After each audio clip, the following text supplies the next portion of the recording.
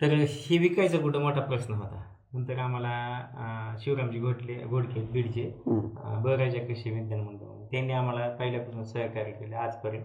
त्यांचं सहकार्य सुभाषजी साळवे आहेत, चांडक साहेब आहेत, हजारे साहेब आहेत, बालाजी साहेब आहेत, जे आहेत त्यांनी सहकार्य केलं.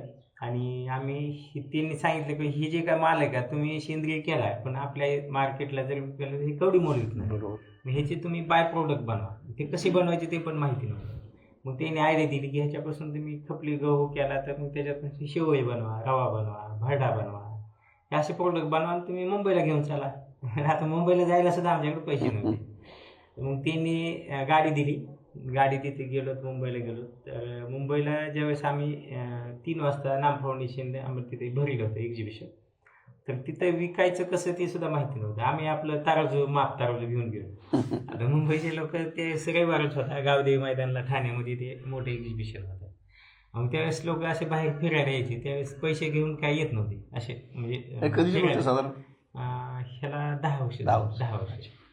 तर त्यावेळेस पण हे बियाणं ज्यावेळेस आम्ही कशामुळे लावलं होतं, घरी गाडग्यात बियाणं होतं. कारण साहेब बियाणं घ्यायला सुद्धा आमच्याकडे पैसे नव्हते. म्हणजे एवढी बिकट पैसे. ते जर सांगित गेलं तर आपले 1-2 घंटे पूर्ण नाही.